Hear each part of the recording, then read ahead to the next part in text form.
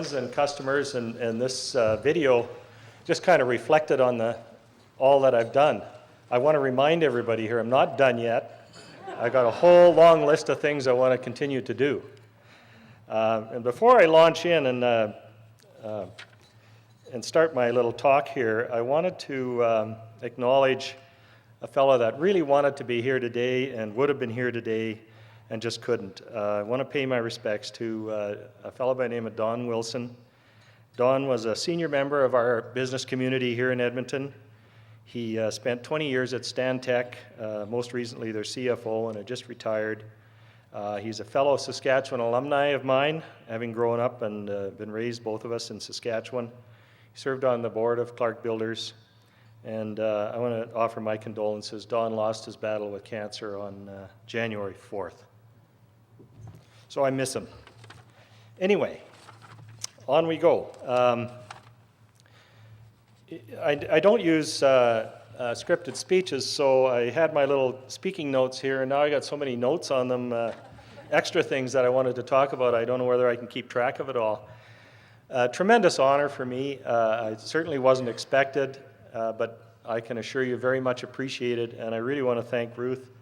Ruth, thank you very much for running this. I think it's so important to recognize businesses in the community and produce a wonderful publication like you do. And certainly if you don't have a subscription, you can get one.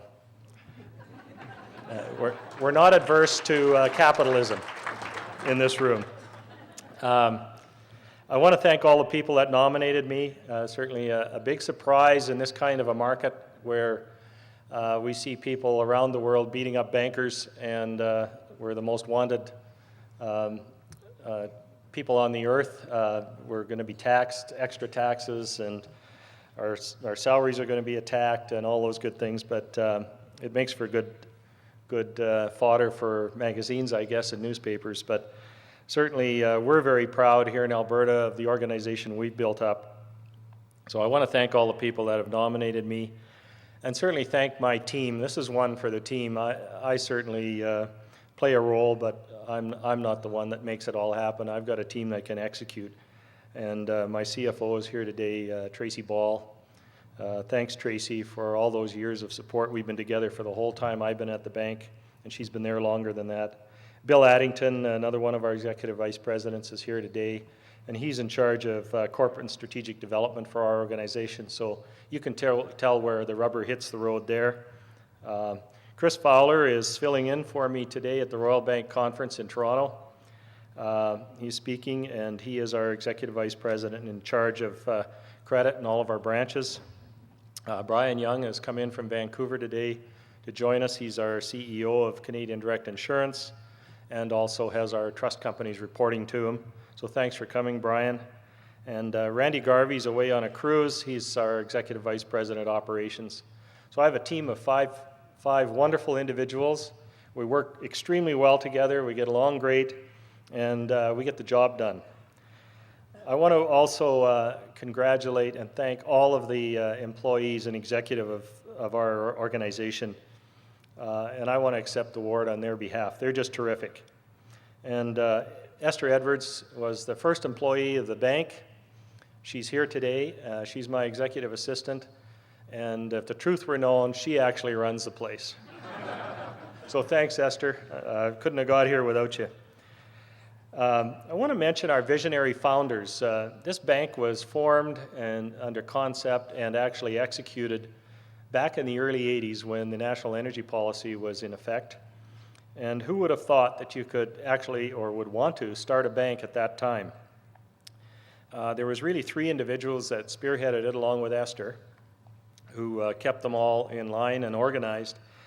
Dr. Charles Allard, who had the vision of starting a bank in Alberta so the decisions would be made here on credits.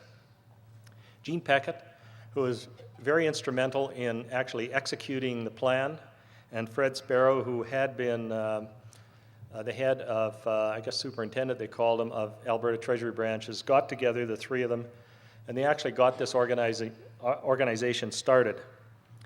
And there are some other directors here that were around at the beginning. Jack Donald, our retiring chairman, you saw him in the video here. And he said something to me when I was going through the interview process and coming to the bank. He said, which really got me, I thought it was great, where else could you buy a $10 bill for $4? And we had issued our stock at $10, it had a book value of $10, and it was trading at $4. So I thought, well, this is a good start. Jack will be retiring as our chairman at our annual meeting here at the Winspear Centre in Edmonton in the first week in March. Alan Jackson's here as well, and he was a founding shareholder and director of our bank and is our incoming chairman. And thanks for coming up, Alan. And he'll be installed as the new chairman of Canadian Western Bank Group in March. Howard Peckett is another director, Jean's son, that has served on our board pretty well from the beginning. He's not here today. Chuck Allard, Dr. Allard's son, served on our board pretty well from the beginning and just retired from the board this last year in 2009, so we miss him, but he served as a corporate secretary as well. Robert Manning is here today, and Robert has served on our board close to the beginning and chairs our audit committee, so thank you, Robert, for coming. And another director, Al Belstad, wasn't a founding director, but he was actually the lawyer that put everything together to get the bank started, and in 1995 joined our board. So our organization became a real Alberta success story that was not an oil and gas company. And we're just so very proud of what we've been able to create. I'm also extremely thankful for the other boards that I've had the pleasure of serving on and had gained terrific experience. As mentioned earlier, WestJet has a table here. Clive is here, and Ron Green, who was, again, a founding director and was one of my fellow directors in 1999 when the company went public. And what another great Alberta story that, again, is not an oil and gas company, and certainly nothing against oil and gas companies, but we have to diversify our economy here in Alberta, and I think we're two really good examples of being able to do that. Now, Clive might argue with you that WestJet is partly an oil and gas company because of how much fuel they consume.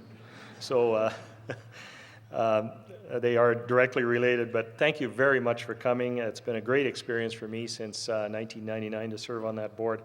EPCOR, Hugh Bolton and Don Lowry, neither are here today, but you saw Sheila, a fellow director at EPCOR. Tremendous experience, and I knew absolutely nothing about the power business when I went on that board in 1998, and I'm not far from zero even today. But I can put the lights on if I have to. Another board I serve on, Canadian Helicopters, Randy Finley, the chairman from Calgary, and Don Wall, our CEO. I believe Don's here today. I haven't seen him yet. But a wonderful company, extremely well managed, and the largest helicopter company in Canada. Clark Builders, who can say enough about Andy Clark? Half the buildings in the city were built by Andy and his group, and they have a table here. Great company to work with, so I'm just so privileged. Certainly the YMCA, you saw Franco on the video, Franco Savoia, the CEO at the YMCA here. And I've always said the one job we don't do very well in the YMCA is convince people that we are serving the community in so many different ways. And I realized that when I got involved and actually went on the board in 1991. But one thing they teach you is how to give back to the community. And I don't think that's necessarily something you should do. I think that's an obligation for every business person.